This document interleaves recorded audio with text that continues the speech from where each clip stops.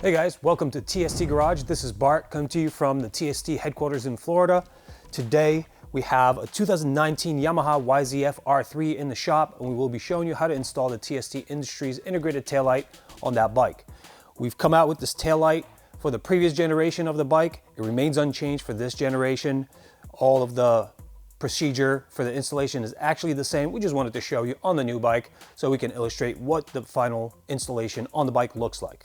Our taillight is available in a choice of clear or smoked lens.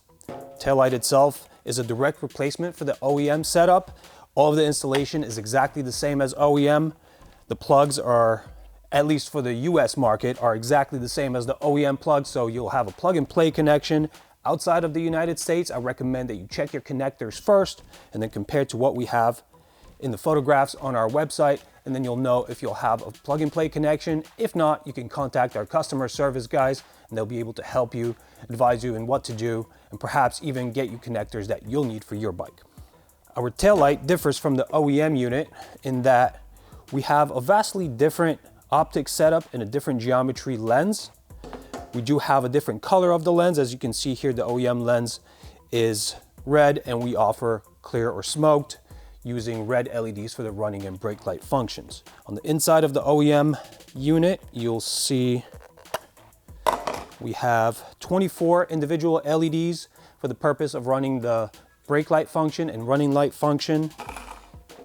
In our lights, you will find 108 individual LEDs. Some of those are dedicated to the brake light circuit, some of those are dedicated to the running light circuit, and then some of those are for the purpose of signaling. Now, if signaling through the taillight is not your thing, but you do like the look of our taillight, we can outfit you with some external signals or a white splitter setup to run the taillight signaling function with the external signals as well. The choice is yours. All of those choices are available on our website, so we invite you to tstindustries.com to take a look and make your choice there. All of these taillights do ship with load balancing resistors by default. Anytime you switch from an incandescent lamp for signaling to an LED type setup, you will draw much less current from your signaling system, and your signaling system will start hyper flashing, which means it'll flash much faster than the 85 cycle per minute rate set by the manufacturer. You can alter that and slow it down by using these resistors. They do heat up a little bit. They are a little cumbersome to wire in, but this has become sort of an industry standard to include with taillights when taillights are being sold. So we do that. But we do also offer an upgraded version of a flash controller. This is our Gen 2 flasher relay. It is a plug and play device. This is the OEM relay that lives under the driver's seat here. You unplug it, you plug our unit back in, voila, you're good to go. When you're installing the taillight on the bike, this is accessible, so it's probably the smartest just to change it at the same time if you're gonna go that route. These flasher relays are adjustable in speed. Should you choose to want to alter the flash rate beyond what's supplied at 85 cycles per minute, you slip off the gray cap, you access the little adjuster, and it's pretty simple. We do have a separate video showing you how to install and adjust this device on the bike. I just wanted to mention it here because it's often purchased together as a kit. So I'm pretty much done yapping here. Let's go and have some fun wrenching on this bike. Okay, for this particular project, we've chosen to install the clear version of our taillight. This bike has really incredibly nice matte black surfaces, so we wanted to contrast the black with clear. Smoke will go really well with this color scheme too. It'll be more of a stealth look, but we wanted the contrast look since we have some chrome here, a lot of chrome and shiny pieces there. We've already installed our Halo GTR signals in the front in the clear version, so we're going to choose this clear taillight to complement the tail end of this bike. As you see the bike here, it's already been outfitted with our Elite 1 adjustable fender eliminator and undertail kit. This is a pretty seamless look here. As you can tell, the OEM fender is no longer on the bike.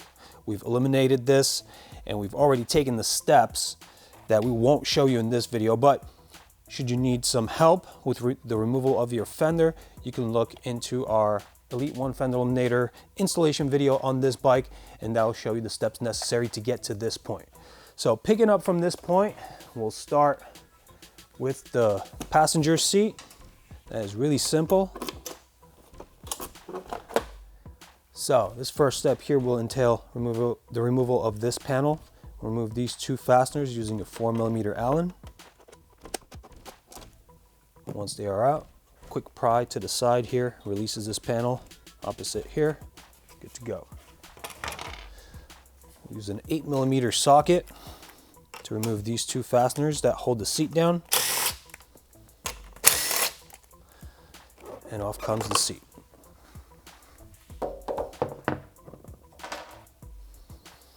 Now we have access back here, and on the inside we'll remove this fastener here, and here. They're all the same. They are plastic push-top fasteners. You reset the lock by pressing in the center and just pry them out.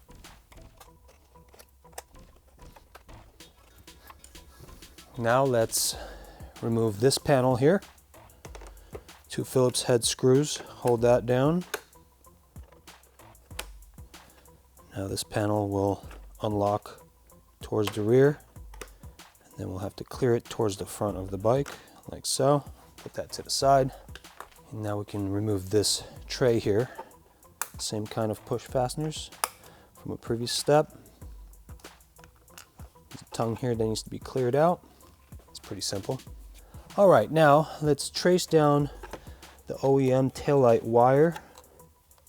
Have to be careful. There is a tip over sensor wire here and the other thicker loom with 3 conductors inside. That's your taillight here. You have yellow, blue, black. Press on the locking mechanism and withdraw it. Now, this is routed underneath all of these wires here. We'll remove the starter relay. This will enable us to gain better access down here. This particular bike has a wire tie here holding all this together, so we'll need to cut that off. And now we're able to get this wire all the way back here and ensure that it's not caught on anything else and it's not fastened to anything else. So we're good to go here. And we can proceed to the removal of these 2 fasteners, which are undone using a 4mm Allen. Now when these come out, they do have sleeve spacers underneath. I like to take them out so that I don't lose them later. Keep them with the screw, and we use them for the reassembly of all of our parts using the TST taillight. All right, let's raise the bike and start on the bottom parts that need to come out. We have several more of these push fasteners here on the bottom, joining the center undertail with the side pieces. We are going to remove the rear 4.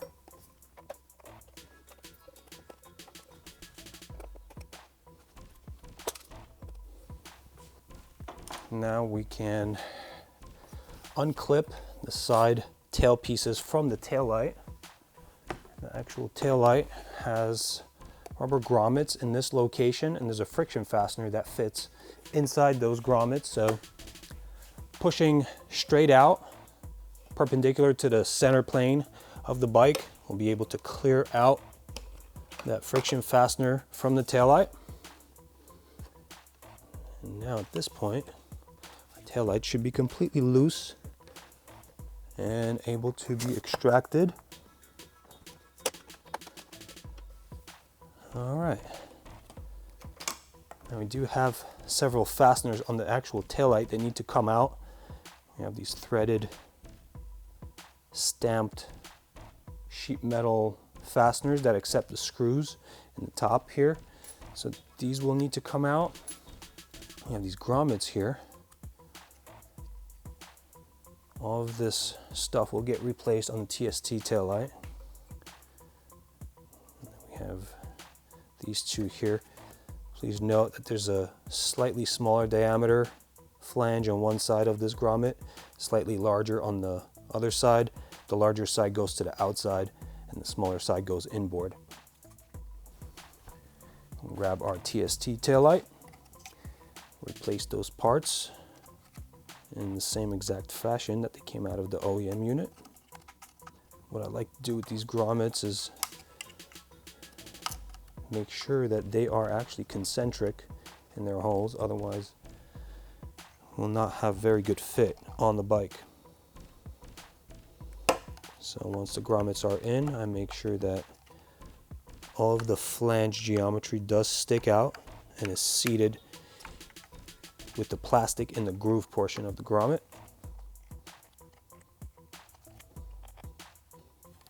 This is all fairly simple. Now we need to ensure that the hole, instead of the stamped thread accepting portion, goes to the top. So hole to the top, thread accepting feature to the bottom, and there is a window for this tab, so that tab will engage with that window here. Now the holes are concentric. This is ready to go back onto the bike itself. Stretch out the wire. Before we put this on, please notice the programming button that gives you access to toggling through all the different light programs that we have on this taillight. It'll remain accessible through the trunk compartment here. That's a really nice feature. This taillight, with the wire exiting the grommet here on the left side of the motorcycle, it gets routed all along the left side of the frame. The OEM setup had sort of a weird back and forth zigzag routing. This is pretty straightforward, straight down the left side. Get those wires through until we could reach them from the other side. All right, and please notice here, there is a tab protruding from the enclosure. That tab does fit into a window geometry in the undertail right about here. So you want to make sure that you get that located in there. Be patient as you work this taillight into its position. We also have these tabs here that need to align with these catches on the undertail.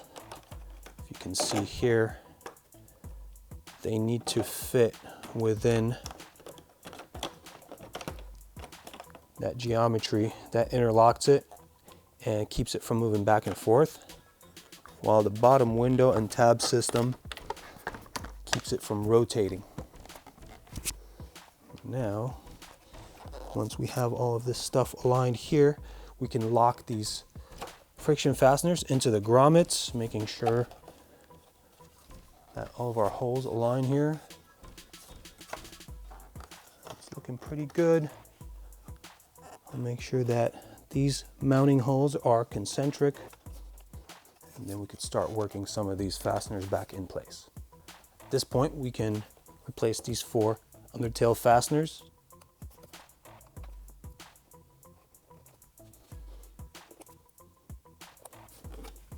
Okay, at this point, before we move any further, I always like to plug the equipment in and make sure everything's working properly so that we don't close this whole thing up with a faulty unit in there.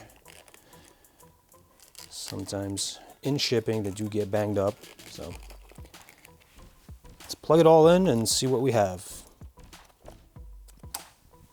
We have running light function, we have brake function, we have signals, and the signals are in fact flashing really fast. This is because, like I said in the beginning of the video, the OEM signaling system cannot accept the low current draw that this puts into the system, so it wants to alert you that something's going on, like a burnt light bulb or something. So if you did purchase your relay at the same time as your taillight and you do want to just simply replace it without watching another video, here's how it's done. Boom, right back on there. It's got the same sort of a mounting clip as the OEM unit. It just needs to be placed in this rubber keeper. And there it is. See the flash rate now. There we go. Okay, good to go. Now I will unplug all of those plugs that I just plugged in and route them the way I would like to have this routed as a final setup. So I like to go under all of these wires, under the rectifier plug wire, under all of this here. Now I can replace my diagnostics plug, my starter relay, and now I've ended up with nice routing all the way back here. Plug it back in the way I had it. I'm going to make use of that OEM sheath that covers the signal plugs. This supposedly helps the plugs stay dry. Don't know if it really works well, but I'm just going to replace it the way it was.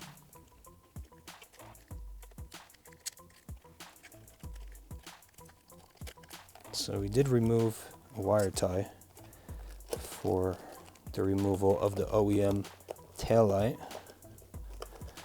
That was right about here. I actually don't think that it's really necessary to replace that wire tie here, but just to be consistent with a professional installation,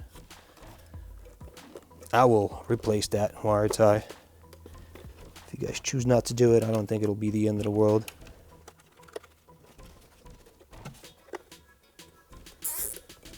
Zip it down almost all the way. Make sure routing management is the way you want it to be. And then tighten it up. Clip off excess, and we're good to go. Now from this point forward, everything, all the steps will be the reverse order of disassembly, so I'll just show you guys how it's done.